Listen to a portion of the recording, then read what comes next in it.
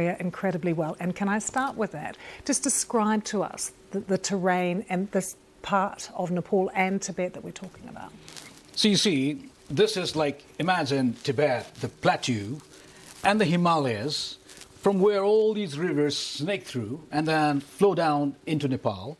And mind you, Nepal is where almost 60% of the Ganges, the Ganga river catchment, comes from during dry season. So imagine so many rivers. So this particular river we're talking about is also one of those tributaries, ultimately going down to the Ganges. Now, the thing is, it's not plain land. Ganges is in a plain land. This is all difficult terrain. You know, all those mountains, towering mountains, rocks and boulders and whatnot. And then now what we're seeing is all these different kind of disturbances. Again, like, you know, nobody is going to tell us what actually happened. I'm still trying to find out. There are conflicting claims. Xinhua, the Chinese news agency, has called it mudslide.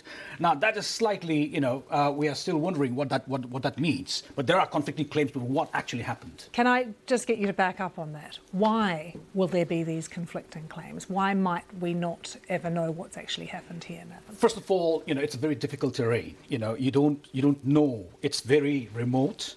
All the mountains, towering mountains. So it's very difficult to assess because there are no boots on the ground. And B, what scientists, glaciologists, hydrologists are telling me, because of monsoon, the clouds are hovering around, so the satellite can't penetrate and show us. That is there. But even then, some of those glaciologists are telling me that it might be a case where rocks and ice avalanches went down, blocked the river, and that river got impounded, and then there was almost 50 meters of dam, you know, that got built. That was burst out. Now, again, that is just a theory. We still need to wait. Whereas still some others are saying it could be a case of glacial lake outburst flood. Last year, just quickly, around the same place, glacial lakes were involved. But the question is, we have no idea. The question, the most important question now is this being monitored? Is this being communicated?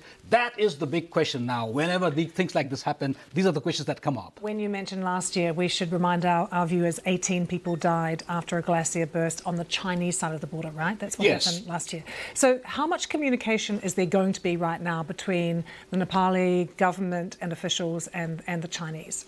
So as of now, when I'm speaking to officials and even, you know, independent authorities, they are saying that they are not getting anything as such from the Chinese side, just very, very informally.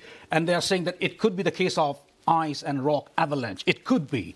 Again, like, you know, it's very, very difficult to get. Like I said, the Chinese news agency has said mudslide and full stop. What that means, again, we are scratching our head what that means. But then again, in the wake of climate change, you know, all this accelerated melting of glaciers, mountains becoming weak and unstable, what the mountains unleash down there, this is becoming very important. Why? And not to forget quickly again, earthquake. Some are also associating this with an earthquake. We don't know for sure if it was earthquake, but there was an earthquake around 4.5 Richter scale at somewhere nearby area. Is that a trigger? Is it not? We're yet to know. And just briefly, how has the monsoon been this year as well? Well, monsoon has, to be honest, in some places it has been devastating, in some not. El Nino has yet to, you know, we are seeing that El Nino, because of El Nino, it's been less strong, less, you know, deficit rainfall in some places. But then again, like, you know, floods and landslides are regular phenomena. It's not been that devastating, but this one, what's happened, is definitely a big thing. Okay. Thank you so much for that, Nav. Just all of that context is so interesting and so important. And I know you're making more calls and we're trying to establish exactly what has happened. Stay with us. We're going to bring you more on this story, of course.